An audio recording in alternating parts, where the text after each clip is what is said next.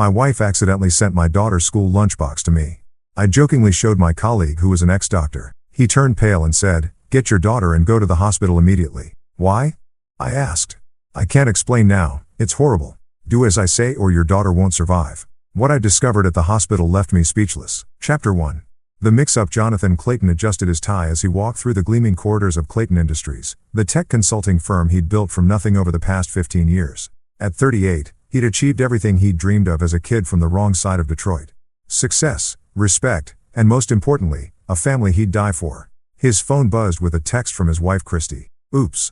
Grabbed your briefcase by mistake. Emma's lunchbox is in your car." "Sorry, honey." Jonathan chuckled, shaking his head.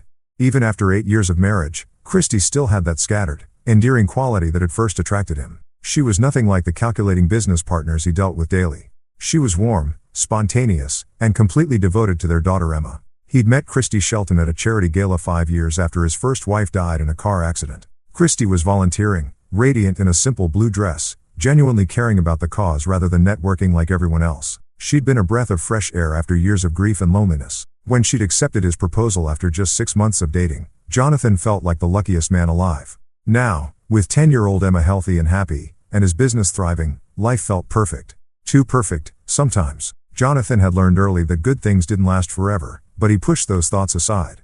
This was different. This was his family. "Mr. Clayton?" His assistant knocked on his office door. "Your 11 o'clock is here. Send them in, Marie." Jonathan pulled Emma's bright pink lunchbox from his briefcase. Smiling at the unicorn stickers she'd plastered all over it. He'd drop it off at her school after lunch. His meeting with Kenneth Lynch was supposed to be routine, discussing the security systems for Kenneth's new private practice. Kenneth had been one of the best trauma surgeons in the city before a malpractice lawsuit forced him to retire early. Now he was starting a concierge medical service for wealthy clients, the kind who valued discretion above all else. "Jonathan." Kenneth entered with his characteristic firm handshake. At 52, he still carried himself with the confidence of a man who'd saved thousands of lives. "Good to see you. How's the family?" "Can't complain. Emma's growing like a weed. And Christy's talking about redecorating the kitchen again." Jonathan gestured to the lunchbox on his desk. "Speaking of Emma, Christy accidentally packed this in my briefcase this morning." Kenneth's expression changed instantly. The color drained from his face as he stared at the lunchbox, his hands trembling slightly. The transformation was so dramatic that Jonathan felt a chill run down his spine. "Kenneth? What's wrong?" Kenneth stepped closer to the desk, his medical training kicking in as he examined the lunchbox without touching it. "Jonathan, I need you to listen to me very carefully. Don't let anyone else touch this. Don't open it. We need to get Emma and go to the hospital immediately." "What are you talking about?" "It's just a lunchbox. I can't explain everything right now, but your daughter's life may be in danger. That residue around the zipper, I've seen it before. It's not food. Trust me, Jonathan. I may have lost my license, but I haven't lost my ability to recognize poison." The word hit Jonathan like a physical blow. "Poison? That's impossible. Christy packed that lunch this morning. She would never dash." "I'm not accusing anyone yet," Kenneth interrupted, his voice urgent but professional. "But that white crystalline residue? It's consistent with arsenic compounds. Old school poison. Tasteless. Odorless when properly prepared. If someone's been introducing small doses over time." Jonathan's mind raced. Emma had been tired lately, complaining of stomach aches. Christy had taken her to 3 different doctors, all of whom said it was just a growth phase or stress from school. But what if it wasn't? "We called the police," Jonathan said, reaching for his phone. "Not yet." Kenneth grabbed his wrist. "If I'm right about what I'm seeing, this has been going on for months, maybe longer. Whoever's doing this is smart, patient, and has access to Emma regularly. We need evidence, and we need Emma safe first. One wrong move, and they could escalate." Jonathan felt his world tilting. Everything he thought he knew, everything he trusted, suddenly felt uncertain. But Kenneth was right about one thing. Emma's safety came first. "What do? We go to the hospital. I have a friend in toxicology who owes me a favor. We run blood tests on Emma, have this lunchbox analyzed properly. Once we know for sure what we're dealing with, we plan our next move." Jonathan grabbed his keys, his mind already shifting into the focused, strategic mode that had made him successful in business. But this wasn't about profit margins or market share. This was about his daughter's life. As they headed for the elevator, Jonathan couldn't shake the feeling that his perfect life was about to shatter into a million pieces. And somewhere in the back of his mind, a terrible suspicion was beginning to form, one he wasn't ready to face yet. Chapter 2 The diagnosis Emma Clayton sat on the hospital bed swinging her legs and chattering excitedly about the cool machines in the emergency room. At 10 years old she possessed Jonathan's quick wit and curiosity but thankfully hadn't inherited his tendency to worry about everything. To her this was an adventure. Daddy, why did you come get me from school? Mrs. Peterson said there was a family emergency, but everyone looks fine. Emma's bright eyes darted between Jonathan and Kenneth, who was speaking quietly with Dr. Lynette Levy, the hospital's head of toxicology. Jonathan forced a smile, running his fingers through Emma's dark hair. Just wanted to make sure you're feeling okay, sweetheart. You've been tired lately, remember? Sometimes Daddy worries too much. That's what Mommy always says. Emma giggled. She says you'd wrap me in bubble wrap if you could. The innocent comment hit Jonathan like a dagger. Christy, his loving, devoted wife who fussed over Emma constantly, took her to every doctor's appointment, prepared her meals with obsessive care. The same woman who had packed the lunchbox that Kenneth believed contained poison. Drive. Levy approached with a clipboard and a gentle smile. She was a woman in her early 40s with kind eyes and the demeanor of someone who delivered difficult news many times. Emma, we're going to do some quick tests, okay? Just like when you donate blood at the school blood drive, but even easier. As the medical staff worked efficiently around his daughter, Jonathan's phone buzzed with another text from Christy. How was your meeting with Kenneth? Pick up some milk on the way home. Emma's favorite cereal for tomorrow. Glass of milk. The casual normalcy of the message made Jonathan's stomach turn. Either his wife was an innocent woman going about her daily routine, or she was a sociopath capable of poisoning their daughter while texting about breakfast cereal. Kenneth returned from his conversation with Dr. Levy, his expression grim. We'll have preliminary results in an hour. I've also asked them to test the contents of the lunchbox. Jonathan, we need to talk privately. They stepped into the hallway, away from Emma's cheerful chatter. Kenneth's medical training was evident in how he delivered information. Clinical, precise, but not without compassion. I've been thinking about Emma's symptoms over the past few months. The fatigue, stomach issues, the intermittent nausea that doctors couldn't explain. If someone has been administering small doses of arsenic over time, it would cause chronic arsenic poisoning. The symptoms would be subtle at first, easily dismissed as childhood illnesses or stress. But why? Jonathan's voice was barely above a whisper. Why would anyone want to hurt Emma? She's just a kid. That's what we need to hurt Emma? She's just a kid. That's what we need to figure out. But Jonathan, I need to ask you some difficult questions. Who has regular access to Emma's food? Who prepares her meals? Christy does most of the cooking. But she loves Emma like her own daughter. They're incredibly close. Even as he said the words, Jonathan realized how naive they sounded. He was a man who'd built his career on analyzing data, spotting patterns others missed, yet he'd been blind to what might be happening in his own home. What about life insurance? Financial arrangements if something happened to Emma or you? Jonathan's blood ran cold. Emma's my sole heir if something happens to me. The business, the house, everything. Christy would be the guardian of the estate until Emma turns 18, but... He trailed off as the implications hit him. But if Emma died before reaching majority, who would inherit? Christy. The word came out like a confession.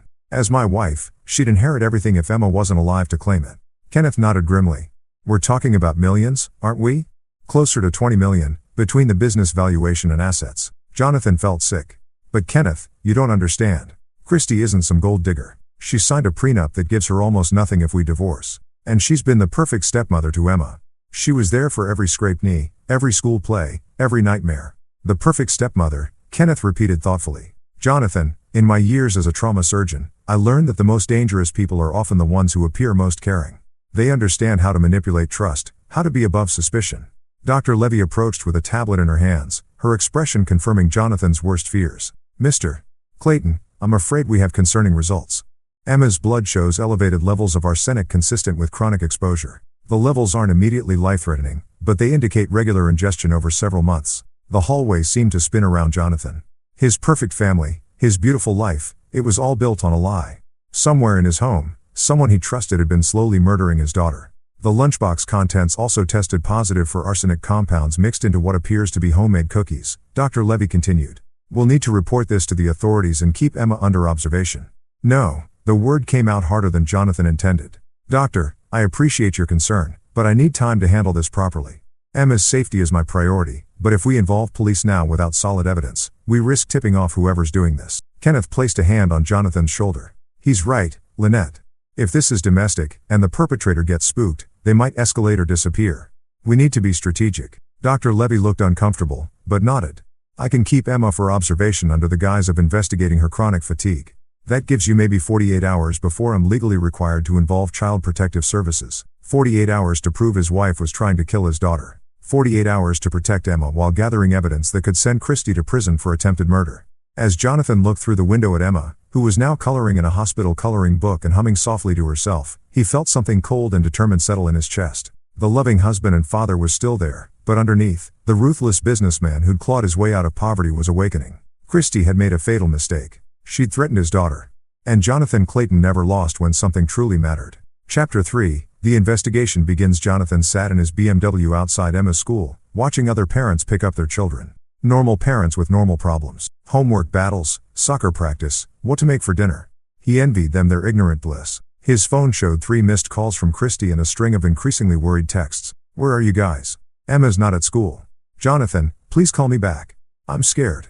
The school said you picked Emma up for a medical emergency? Call me now. He'd have to face her soon, but first he needed to understand what he was dealing with. Kenneth had been right about being strategic. If Christy was guilty, she was intelligent enough to have covered her tracks carefully. He needed evidence, not suspicions. His phone rang. Kenneth. I'm at my old hospital running the blood work through additional tests, Kenneth said without preamble. Jonathan, this is worse than we thought. The arsenic levels suggest administration over at least 6 months, possibly longer. This isn't impulsive. This is planned, methodical murder. 6 months. Jonathan's grip tightened on the steering wheel. 6 months ago was when Christy had suggested they increase Emma's life insurance policy. Just to be safe, she'd said, given your family history of heart disease. There's something else. I had a friend in the ME's office pull some records. Do you remember Christy's first husband? Jonathan's blood chilled. She told me he died of a heart attack. She was widowed when we met. Gerald Shelton, age 34, died of sudden cardiac arrest. But here's the interesting part. Cardiac arrest can be induced by arsenic poisoning if administered in larger doses. The symptoms mimic heart failure. The pieces were falling into place with horrifying clarity. She's done this before. It gets worse. Gerald had a substantial life insurance policy. Christy collected $200,000 after his death. No autopsy was performed because he'd been seeing a cardiologist for chest pains in the weeks before his death. Jonathan closed his eyes, remembering how Christy had tearfully told him about her first husband's sudden death, how she'd been so young and scared. He'd held her as she cried, promised her she'd never have to face loss alone again. I've been such a fool, he whispered. No, you've been a loving husband and father. She's good at this, Jonathan. Probably been perfecting her technique for years. But she made a mistake with Emma. Arsenic poisoning in children presents differently than adults. The symptoms were harder to mask. Jonathan's phone buzzed with an incoming call from Christy. He declined it, his mind racing through the implications. Kenneth, if she's been poisoning Emma for 6 months, why accelerate now? Maybe she's getting impatient. Maybe she's worried about being caught. Or maybe she's planning to move on to you next and needs Emma out of the way first. The thought sent ice through Jonathan's veins. How many nights had Christy brought him coffee in bed? How many home-cooked meals had he praised her for? How many times had he thanked God for bringing such a caring woman into his and Emma's lives? I need to get home, Jonathan said. Play the concerned husband and father. But first, I need you to help me with something. Anything. I want surveillance equipment, cameras, recording devices. I need to document everything she does from now on. And I need it tonight. Jonathan, that's risky. If she finds the equipment, she won't. I've been installing security systems for 15 years. I know how to hide cameras. But I need more than that. I need to understand her entire plan. 20 minutes later, Jonathan walked through the front door of his suburban home, a monument to everything he'd worked to build. The hardwood floors Christy had insisted on, the kitchen island where she prepared family meals, the family photos lining the hallway. It all felt like stage dressing for an elaborate performance. Jonathan. Thank God. Christy rushed to him, tears streaming down her face. At 32, she was still beautiful in the way that had first caught his attention, blonde hair, bright blue eyes, the kind of wholesome prettiness that screamed trustworthy. Where's Emma? What happened? The school wouldn't tell me anything. Her performance was flawless. If Jonathan hadn't seen the blood test results himself, he might have believed her panic was genuine. She's fine, he said carefully, watching her face for any tells. Just some routine tests Dr. Matthews wanted to run. She's staying overnight for observation. Observation for what? Christy's eyes widened. Jonathan, you're scaring me. Is Emma sick? Is it serious? They think it might be a vitamin deficiency causing her fatigue. Nothing life-threatening, but they want to run a full panel. The lie came easily, honed by years of negotiations where revealing too much meant losing leverage. Relief flooded Christy's face, quickly followed by what looked like genuine maternal concern. A vitamin deficiency? But I've been so careful with her nutrition. I give her supplements every morning with breakfast. Supplements. Jonathan filed that detail away. The doctor said sometimes kids don't absorb vitamins properly. It's not your fault, honey. Christy threw her arms around him, and Jonathan had to resist the urge to pull away. Her familiar perfume, the softness of her hair against his cheek, everything that once comforted him now felt like a trap. I was so scared something had happened to her, Christy whispered. I can't imagine life without Emma. She means everything to me.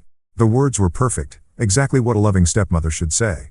But Jonathan heard them differently now, not as expressions of love, but as lies designed to maintain her cover. That night, after Christy had gone to bed early with a stress headache, Jonathan worked methodically through the house. Tiny cameras went into picture frames, recording devices into air vents, motion sensors in areas where Christy prepared food.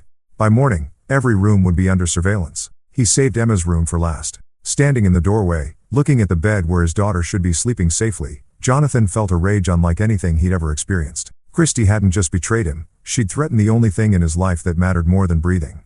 As he installed the final camera behind Emma's bookshelf, Jonathan made a silent promise to his daughter. Christy thought she was dealing with a grieving widower, desperate for companionship and easily manipulated. She had no idea she'd chosen to prey on someone who'd fought his way out of poverty through sheer determination and strategic thinking. The loving husband act would continue until he had enough evidence to destroy her completely. But underneath, Jonathan Clayton was preparing for war. Chapter 4, Gathering Evidence. The next morning, Jonathan sat across from Christy at their breakfast table, studying the woman he'd shared a bed with for 8 years. She moved through her morning routine with practiced efficiency, coffee brewing, eggs frying, toast browning to perfection. The picture of domestic tranquility. I thought I'd bring Emma some homemade cookies when we visit her today, Christy said, pulling ingredients from the pantry. The chocolate chip, one she loves. Jonathan nearly choked on his coffee. The same cookies that had tested positive for arsenic. That's thoughtful of you, he managed. But the hospital has pretty strict rules about outside food. Something about allergies and contamination. Oh, Christy's hand froze on the flour canister for just a fraction of a second. Of course. I should have thought of that. The micro-expression was so brief that Jonathan might have missed it if he hadn't been watching carefully. Disappointment. Frustration. The look of someone whose plan had been thwarted. Maybe we could stop at the gift shop instead, Jonathan suggested. Get her some magazines or a stuffed animal. Christy's smile returned instantly. Perfect idea. You know how much she loves those silly unicorn toys. After breakfast, Jonathan kissed Christy goodbye and headed to the office, leaving her to her daily routine. But instead of going to Clayton Industries, he drove to a parking garage 6 blocks away where Kenneth was waiting with a laptop and surveillance equipment. The cameras are active, Jonathan said, settling into the passenger seat of Kenneth's sedan. We should be able to monitor everything she does. Kenneth pulled up the surveillance feed on his laptop. Multiple screens showed different angles of the Clayton house, kitchen, living room, Emma's bedroom, even the garage. This feels wrong, spying on your own wife. She's not my wife, Jonathan said grimly. She's a predator who's been living in my house, sleeping in my bed, and slowly murdering my daughter. Whatever feelings I had for the woman, I thought she was died yesterday. On the screen, they watched Christy move through the house, tidying up with mechanical precision. Nothing unusual until she entered Emma's room and sat on the bed, holding one of Emma's stuffed animals. Look at her face, Kenneth murmured. Christy's expression had changed completely. Gone was the warm, maternal smile she always wore around Jonathan and Emma. In its place was something cold, calculating. She looked around the room with the detachment of someone appraising property values. Jesus, Jonathan breathed. She doesn't love Emma at all. It's all an act. Psychopaths are excellent actors, Kenneth said. They study normal emotional responses and mimic them perfectly, but when they think no one's watching. Christy stood and moved to Emma's dresser, pulling out clothes and holding them up as if checking sizes. Then she opened Emma's jewelry box, a small wooden carousel that played a tinny version of Fur Elise, and examined the contents with the same calculating expression. She's inventorying, Jonathan realized. Like she's planning what to do with Emma's things after. His phone rang, interrupting the thought.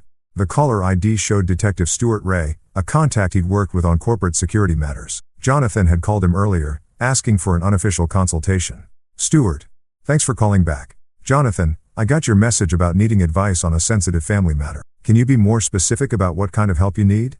Jonathan glanced at Kenneth, who nodded encouragingly. I have reason to believe someone close to my family is planning to harm my daughter. I need to know what kind of evidence would hold up in court.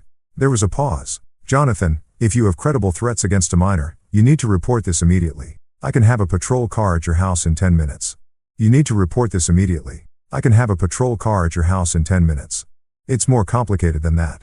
The person I suspect has been very careful, very methodical. If we move too fast, we might not have enough evidence for a conviction. Are we talking about domestic violence? Child abuse. Attempted murder, Jonathan said quietly. Poisoning. Another pause, longer this time. Jesus, Jonathan. Who are we talking about here? My wife. The silence stretched until Jonathan wondered if the call had dropped. Finally, Stewart spoke, his voice carefully professional. "Jonathan, accusations of spousal murder are serious. Extremely serious. The evidence standards are high, and if you're wrong, I'm not wrong. I have blood tests showing arsenic in my daughter's system and food samples testing positive. What I don't have is proof of who's been administering it. Then we need video evidence, documented patterns of behavior, financial motives clearly established. And Jonathan, we need to be absolutely certain. False accusations in a case like this can destroy lives. What about surveillance? If I can document her preparing poisoned food, obtained legally, with proper chain of custody, that would be significant. But you'd need to catch her in the act, and you'd need witnesses who could testify to what they observed." After ending the call, Jonathan stared at the surveillance monitor. Christy had moved to the kitchen and was preparing what looked like a grocery list. The normalcy of the scene was surreal. "We need her to try again," Jonathan said suddenly. "To poison Emma's food." Kenneth looked alarmed. "Jonathan, that's incredibly dangerous. If something goes wrong, Emma's not coming home until we have solid evidence." But Christy doesn't know that.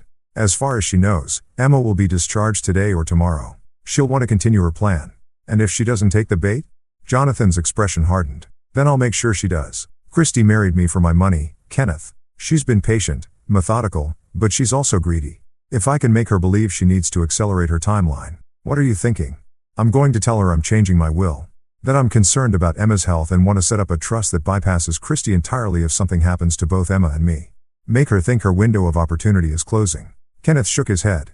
"You're playing with fire, Jonathan. If she feels cornered, she might do something desperate." "Good," Jonathan said coldly. "Desperate people make mistakes. And when Christy Shelton makes her mistake, I'll be ready." On the monitor, Christy had moved to the computer in the home office. Jonathan couldn't see the screen, but her posture suggested she was researching something intently. "I wonder what she's looking up," Kenneth mused. Jonathan had a sinking feeling he knew exactly what his wife was researching. And it wasn't vitamin deficiencies. Chapter 5. The trap is set. Jonathan arrived home that evening with a bouquet of flowers and a carefully constructed story. He found Christy in the kitchen, preparing what appeared to be a feast, Emma's favorite lasagna, garlic bread, and chocolate cake. "What's all this?" he asked, setting the flowers on the counter. Christy beamed at him. "I thought we should have Emma's favorite meal ready for when she comes home tomorrow. The poor thing must be so scared in that hospital." The maternal concern in her voice was pitch perfect. If Jonathan hadn't seen the surveillance footage of her cold calculation in Emma's room, he might have been moved by her apparent devotion. "Actually, that's what I wanted to talk to you about," Jonathan said, accepting her kiss on the cheek. "The doctors want to keep Emma for a few more days. They're concerned about some irregularities in her blood work." Christy's face crumpled with worry. "Irregularities? What kind of irregularities?" "Jonathan, you're not telling me everything, are you?" "It's probably nothing serious." Jonathan lied smoothly. "But it got me thinking about our future, about making sure Emma's protected no matter what happens." He moved to the wine rack and selected a bottle of Christy's favorite Chardonnay, playing the part of the thoughtful husband. "I called Gerard Spence today. I want to update my will." Christy went very still. "Updated how?" "Well, with Emma having health issues, I want to make sure there are provisions in place if something happens to her before she reaches adulthood." Jonathan washed his wife's face carefully as he opened the wine. "I'm thinking about setting up a charitable trust. If Emma doesn't survive to inherit, the money goes to children's hospitals instead of." He let the sentence hang, pretending to catch himself before saying something hurtful. "Instead of me," Christy finished, her voice barely above a whisper. "Christy, that's not what I meant. I just want to make sure Emma's memory is honored if the worst happens. You understand, right?" The mask slipped for just a moment. Jonathan caught a flash of something vicious in his wife's eyes before she composed herself. "Of course I understand. Emma should always come first." But Jonathan could see the wheels turning behind her perfect smile. He'd just threatened everything she'd been working toward for 6 months. If Emma died now, Christy would get nothing. She needed Emma alive long enough for Jonathan to die first. Or she needed to escalate her timeline dramatically. "When are you meeting with Gerard?" Christy asked casually as she stirred the sauce for the lasagna. "Tomorrow afternoon. I figured I'd sign the updated will and then visit Emma afterward. Maybe you could come with me to see her." "Of course. I miss her so much." Christy's voice was thick with false emotion. "I just want her home and healthy." That night, Jonathan lay in bed listening to Christy's breathing, wondering how many nights he'd slept next to a murderer without knowing it. When he was certain she was asleep, he slipped quietly from the bedroom and checked his surveillance setup. Kenneth had positioned himself in a van across the street, monitoring the feeds and recording everything. Jonathan sent him a text, "Phase 1 complete." She took the bait. The response came immediately. "Jonathan, please be careful. If she tries to poison you too." Jonathan had considered that possibility. Christy might decide that eliminating him first would be more efficient than continuing to slowly kill Emma. But he was counting on her methodical nature. She'd spent months perfecting Emma's poisoning. She wouldn't want to risk a different approach with him unless she was desperate. The next morning, Christy was unusually attentive. She made his favorite breakfast, kissed him goodbye twice, and reminded him to give Emma her love. The performance was flawless, but Jonathan noticed she'd prepared an extra lunch, a thermos of soup, in case Emma's feeling up to eating something from home. The hospital really doesn't allow outside food, Jonathan reminded her. I know, but maybe the nurses would make an exception? It's just soup, and she's been eating so poorly lately. Jonathan took the thermos without arguing, knowing it would be tested within the hour. If Christy had poisoned it, he'd have the evidence he needed.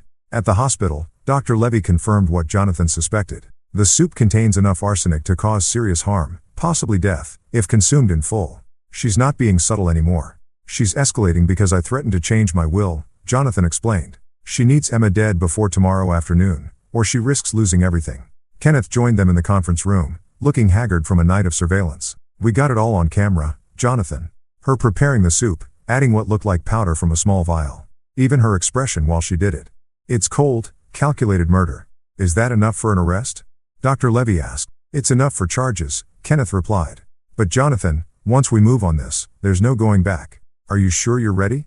Jonathan looked through the window at Emma, who was reading in her hospital bed, completely unaware that her stepmother had been systematically trying to kill her for months. His daughter looked pale and tired, but alive. Safe. I've been ready since the moment I found out what she was doing to Emma, he said quietly. But I want to make sure she can never hurt another child. We need her to confess, to admit what she did to her first husband too. How do you plan to make that happen? Jonathan's smile was cold and predatory. By giving her exactly what she thinks she wants, he pulled out his phone and dialed home. Christy answered on the first ring. Jonathan? How's Emma? Did she like the soup? Christy, you need to come to the hospital immediately. Something's happened. Panic flooded her voice. What? What's wrong? Is Emma okay? Just get here as fast as you can. Room 314 in the pediatric wing. He hung up without another word, knowing Christy would interpret his abrupt tone as devastation. She'd think Emma had died, that her plan had finally worked. And when she arrived at the hospital expecting to console her grieving husband, she'd find Detective Stuart Ray waiting with handcuffs instead. The trap was set. Now all Jonathan had to do was watch his wife walk into it. Chapter 6 The confrontation 37 minutes after Jonathan's call, Christy burst through the hospital doors with tears streaming down her face and desperation in her eyes. She'd dressed hastily, mismatched shoes, inside-out sweater, the picture of a devastated mother rushing to her child's bedside. Jonathan watched her approach from the end of the hallway, flanked by Detective Ray and Kenneth. Her performance was Oscar-worthy, the stumbling run, the choked sobs, the way she clutched her purse like a lifeline. If he didn't know better, he might have believed she was genuinely terrified for Emma's well-being. Jonathan. Christy reached him and threw herself into his arms. What happened? Please tell me Emma's okay. Please tell me she's going to be all right. Over her shoulder, Jonathan made eye contact with Detective Ray, who nodded slightly. Everything was being recorded. Christy. Jonathan said carefully, we need to talk. I don't want to talk. I want to see Emma. Where is she? Why won't you tell me what happened? She's safe? Jonathan said, gently extracting himself from her embrace. But we have some questions about her condition. For the first time, Christy seemed to notice Detective Ray's presence. Questions? I don't understand. Who is this? Detective Stuart Ray, ma'am. I'd like to speak with you about your daughter's presence. Questions? I don't understand. Who is this? Detective Stuart Ray, ma'am. I'd like to speak with you about your daughter's illness. Stepdaughter. Christy corrected automatically, then seemed to realize how that sounded. I mean, Emma's not my biological daughter, but I love her like she is. I'd do anything for that little girl. I'm sure you would, Detective Ray said dryly. Mrs. Clayton, are you aware that Emma has been suffering from arsenic poisoning? The color drained from Christy's face so completely that for a moment, Jonathan thought she might faint, but her reaction was wrong. Instead of shock or confusion, he saw fear and calculation flickering behind her eyes. Arsenic poisoning? That's impossible. How could? Where would she have been exposed to arsenic? That's what we're trying to determine, Detective Ray replied. Can you think of anyone who might want to harm Emma? Anyone with access to her food or beverages? Christy's mind was clearly racing. No, of course not. Everyone loves Emma. She's just a little girl.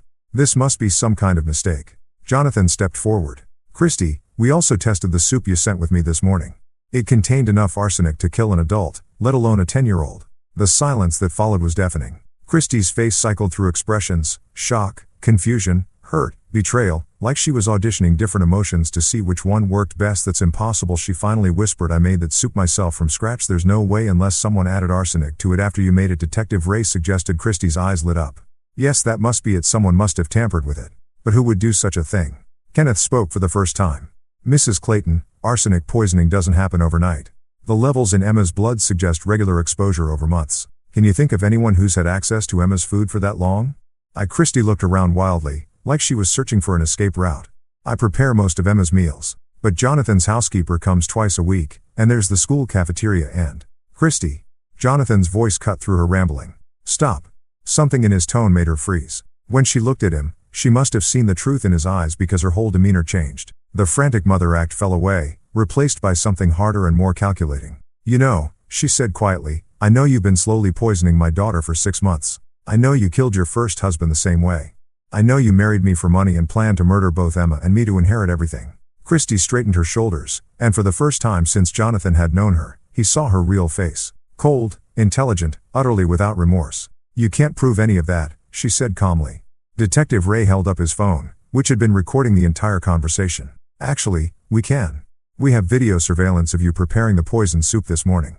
We have financial records showing your research into Jonathan's assets and insurance policies. And we have testimony from doctors regarding your first husband's suspicious death. Gerald died of a heart attack. There was never any suggestion of foul play.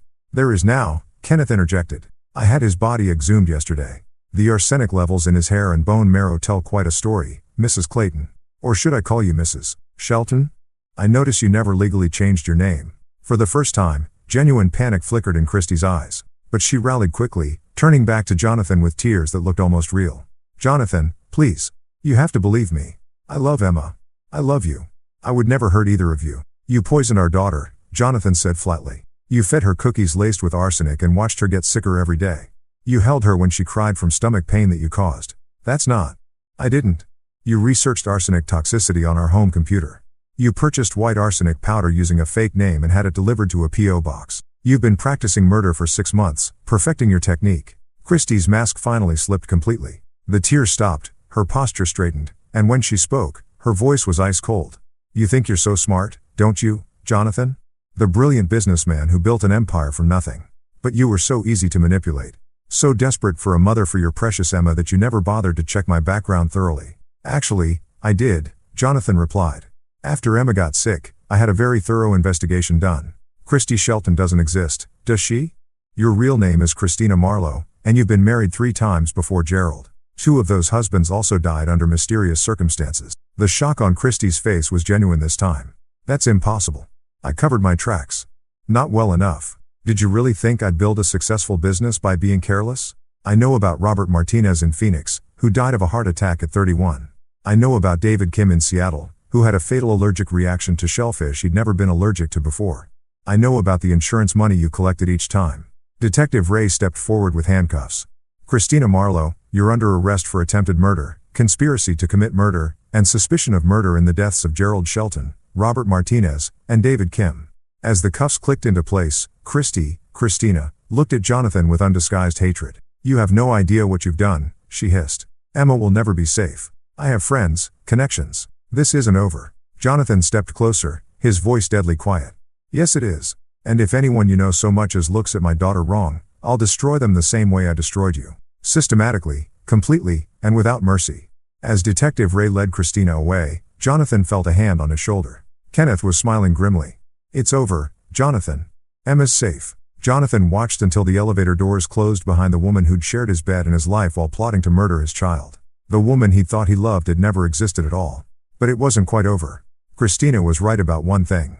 She might have connections, people who could threaten Emma's safety in the future. And Jonathan Clayton had never been the kind of man to leave loose ends. Chapter 7.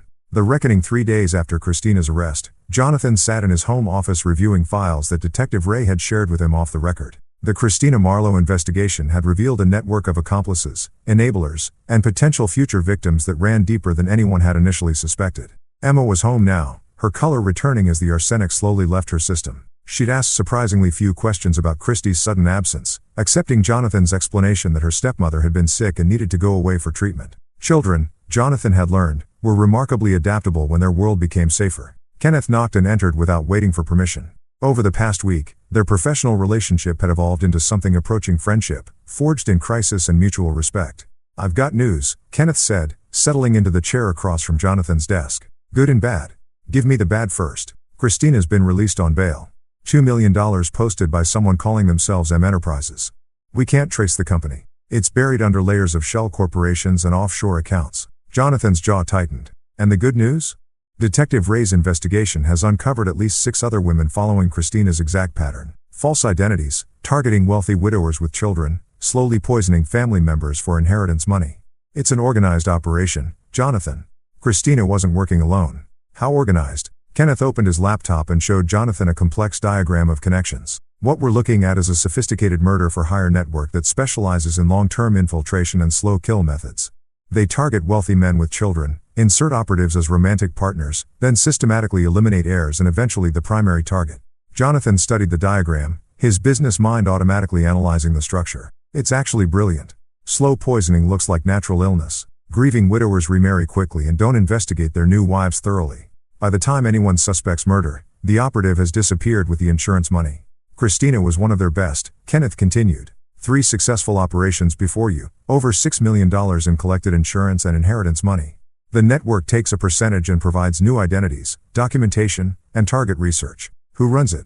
Someone with resources and connections in law enforcement, medicine, and finance. Someone who can forge documents, manipulate autopsy reports, and make people disappear when necessary. Jonathan leaned back in his chair, processing the implications. Christina's threat about having friends suddenly seemed much more credible.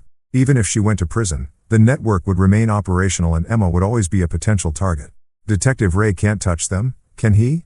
Jonathan asked. Not through official channels. Too many jurisdictions, too many international connections. It would take years to build cases and by then most of the evidence would be destroyed. But unofficially, Kenneth smiled grimly. Ray's frustrated. He became a cop to protect people, and seeing a network like this operate with impunity, it bothers him. If someone were to hypothetically disrupt this organization through private means, he might be slow to investigate. Jonathan stood and walked to his window, looking out at his perfectly manicured lawn where Emma was playing with her friend from down the street. His daughter looked happy, healthy, alive, everything Christina had tried to take away from her. Kenneth, I need you to understand something about me. I didn't build Clayton Industries by playing fair or following rules that didn't serve my interests. When someone threatens what's mine, I don't call lawyers or wait for the justice system. I take care of the problem myself. What are you thinking? Jonathan turned back to face his friend. I'm thinking that this network has been successful because they target victims who don't fight back. Grieving widowers, sick children, people who trust the system to protect them. But I'm not grieving, and I don't trust the system. He pulled out his phone and scrolled through his contacts until he found the number he was looking for. Lucas Driscoll had been his military liaison during Clayton Industries' early defense contracts, a man who transitioned from special forces to private security consulting. If anyone could help Jonathan dismantle a murder network, it would be Lucas. Lucas, it's Jonathan Clayton. I need your help with a situation. Sensitive. Permanent resolution required. The conversation was brief, coded, and expensive. When Jonathan hung up, Kenneth was staring at him with something between admiration and concern.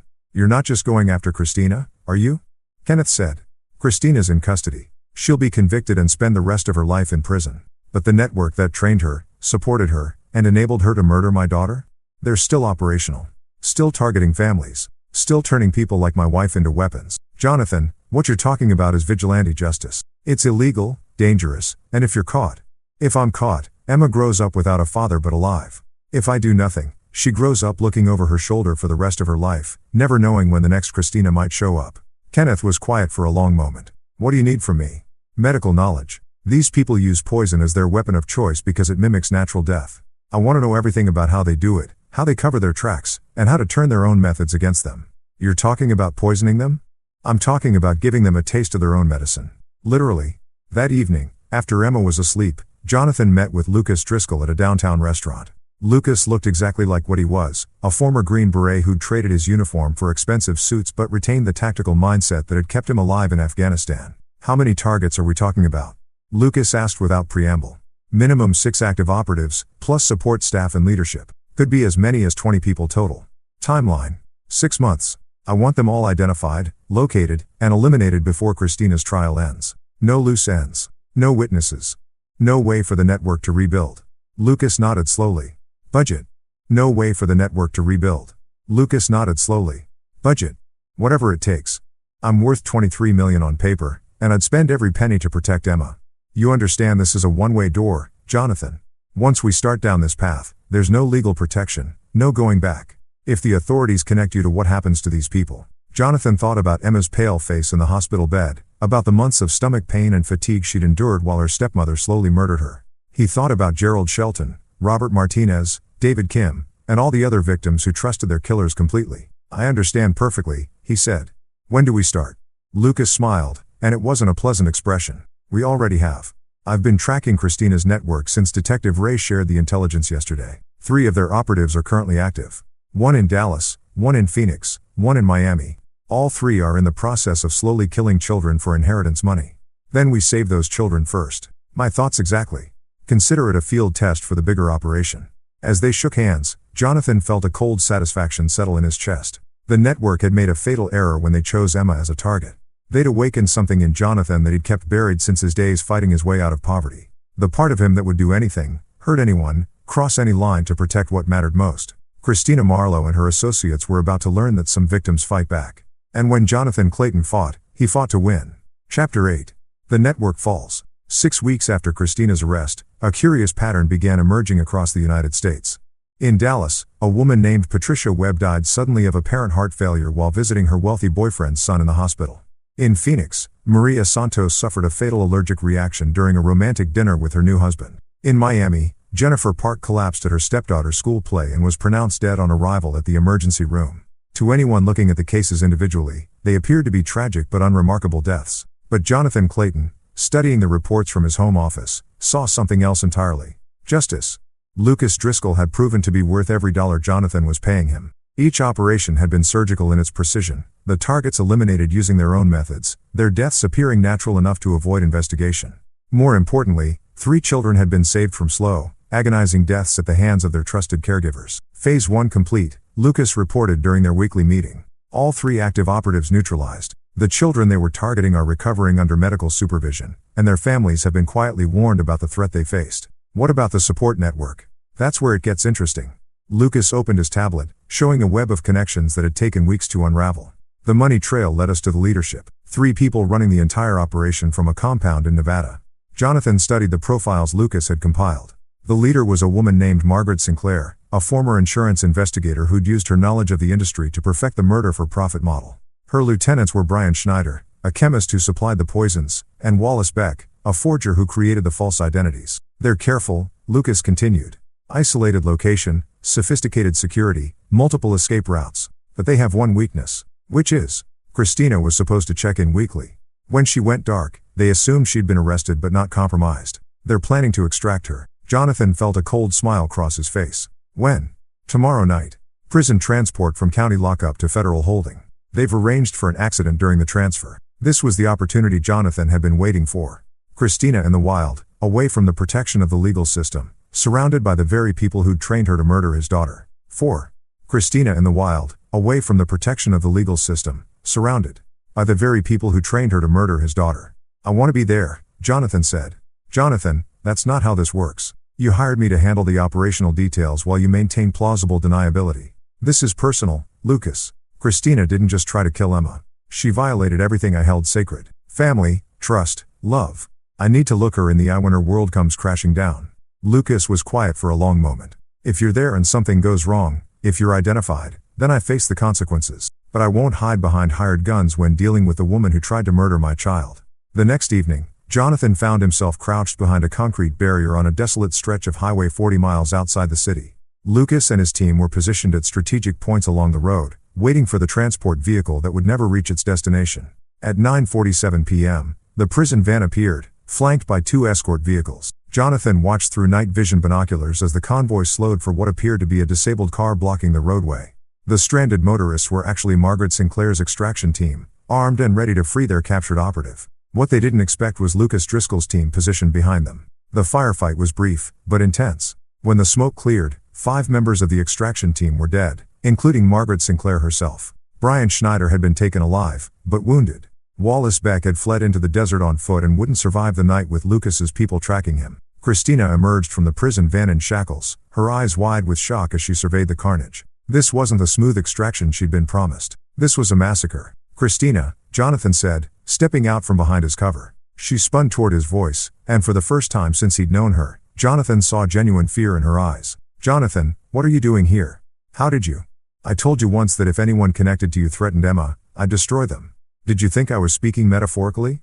Christina looked around wildly at the bodies of her associates, at Lucas's team methodically cleaning up evidence, at the burning remains of the extraction vehicles. You did this. You killed them all.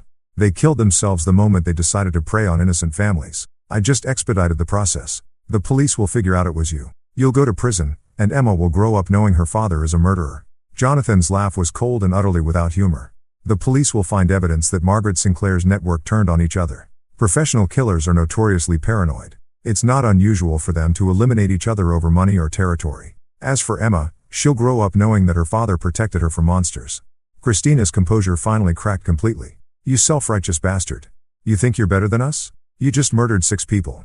I eliminated 6 parasites who made their living destroying families. There's a difference. Lucas approached, carrying a small vial of clear liquid. We found this in Sinclair's vehicle. Medical-grade arsenic compound. Same formula Christina used on Emma. Poetic justice. Jonathan took the vial, weighing it in his palm.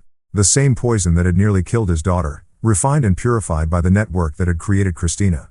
No, he said finally. That would be too quick, too merciful. Christina's going to spend the next 40 years in federal prison, knowing that everyone she trusted is dead and that the empire she helped build has been completely destroyed.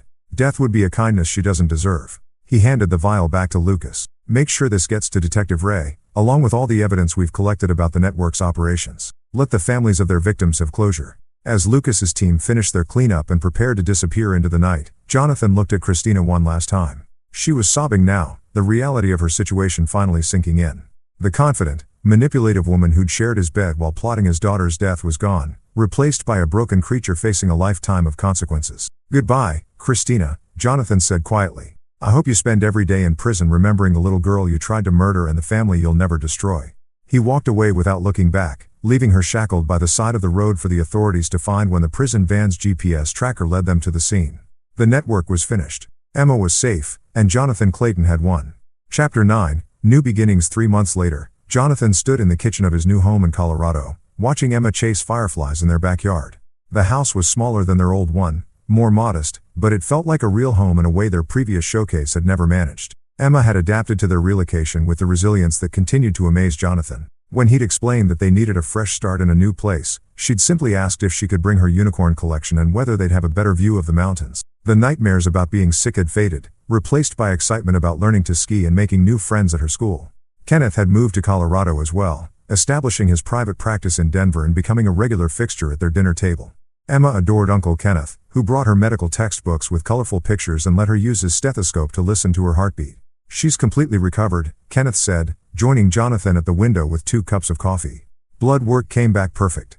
No trace of arsenic, liver function normal, energy levels better than most kids her age. Sometimes I wake up in the middle of the night and check on her, Jonathan admitted, just to make sure she's still breathing, still safe. That's natural. What you both went through, it changes you. But Emma's stronger because of it, in ways she might not even understand yet. The trial had been a sensation, lasting 6 weeks and drawing national media attention. Christina's conviction on multiple counts of attempted murder, conspiracy, and racketeering had resulted in a sentence of life, without parole. The evidence Lucas had provided had also led to the posthumous identification of Margaret Sinclair's network, bringing closure to dozens of families whose loved ones had died under suspicious circumstances. Detective Ray had been promoted for his work on the case, though he'd never directly acknowledged Jonathan's role in dismantling the network. Some things were better left unsaid. Any word from Lucas? Kenneth asked. He's moved on to other work. Something about human trafficking networks in Eastern Europe. Apparently, there's no shortage of evil in the world that needs addressing. And you're okay with letting him handle it without you? Jonathan considered the question. For months after Christina's conviction, he'd felt restless, unfulfilled. The methodical destruction of her network had awakened something in him, a sense of purpose beyond building wealth and maintaining status. But watching Emma grow stronger and happier every day had gradually shifted his priorities back to where they belonged. I'm a father first, he said finally. Emma needs stability, normalcy, a parent who's present in her life rather than off fighting crusades. There are other people like Lucas who can handle the monsters. My job is to make sure Emma never encounters them in the first place. His phone buzzed with a text message from an unknown number. For a moment, his old paranoia flared. Could there be other network members they'd missed? But the message was innocuous. Mr. Clayton, this is Detective Maria Santos from Phoenix PD. The woman who tried to poison my son is dead, and I understand I have you to thank for saving his life. If you ever need anything at all, you have a friend in Arizona. Similar messages had been arriving for weeks, from grateful parents, law enforcement officers, and even some of Lucas's other contacts. Word had spread through certain circles about what Jonathan had done, earning him a reputation he'd never sought but couldn't entirely disown. "Dad," Emma appeared in the kitchen doorway, grass stains on her jeans, and happiness radiating from every feature. "Can Kenneth stay for dinner? I want to show him the drawing I made of our old house." "Of course he can stay." "What kind of drawing?" Emma's expression grew thoughtful. "It's a picture of me, you, and Christy in front of our house. But I drew a big red X over Christy because she was bad and tried to hurt us." Kenneth and Jonathan exchanged glances over Emma's head.